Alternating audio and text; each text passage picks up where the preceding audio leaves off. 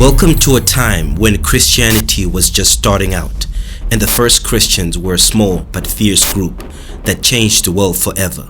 These early believers were rebels in their own way, going against the grain of Roman society. They weren't just a bunch of peaceful folks gathering on Sundays. They were risking their lives to follow the teachings of Jesus.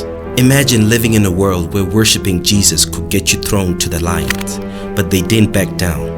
Their faith was rooted in the belief that Jesus was the Messiah, the Son of God, who had come to save humanity.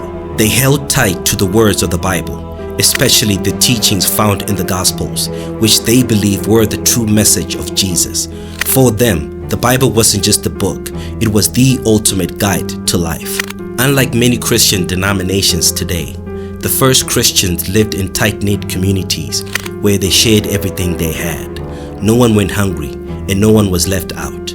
They believed in loving thy neighbors as themselves, a radical idea in a world filled with division and power struggles. They took the words of Acts 2:44-45 seriously, where it says, all believers were together and had everything in common. They sold property and possessions to give to anyone who had need. These early Christians also believed in the power of prayer and miracles, and often gathering in secret to pray and heal the sick. They stood out from the other Christian groups because they were the foundation, the original believers who lived during or shortly after Jesus' time on earth, shaping the faith as we know it today.